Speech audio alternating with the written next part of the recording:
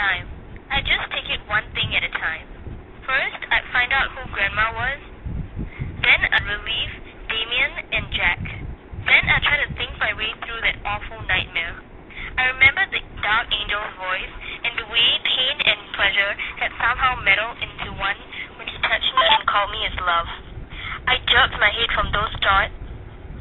Pain couldn't equal pleasure. When I had felt in the dream was just that, a dream. And by the definition of dream, or nightmare, that meant it wasn't real. And I was definitely not Kelowna's love. It was about then that I also realized some of the nerves skittering through my body were fearful, and that had nothing to do with Kelowna.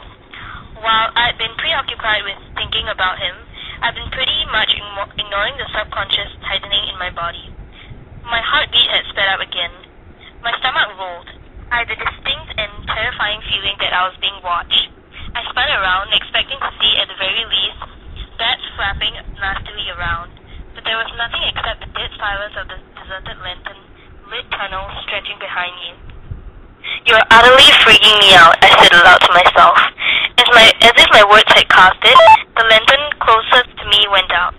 Dread filled me, and I started backing down the tunnel, keeping my eyes open for anything that might be more than my imagination.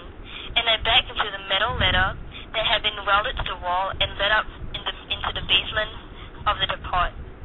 Giddy with relief at finding the end of the tunnels, I balanced my can of brown pop in one hand and smooshed the big bag of my breakfast Doritos noisily in the other.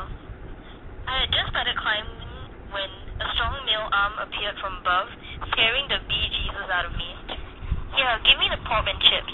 You're gonna fall right on your butt trying to hold onto them and the ladder." My gaze flew up to see Eric smiling down at me. I swallowed quickly and gave him a perky "thanks." Handing him the pop and chips, I made my way more easily up the rest of the ladder.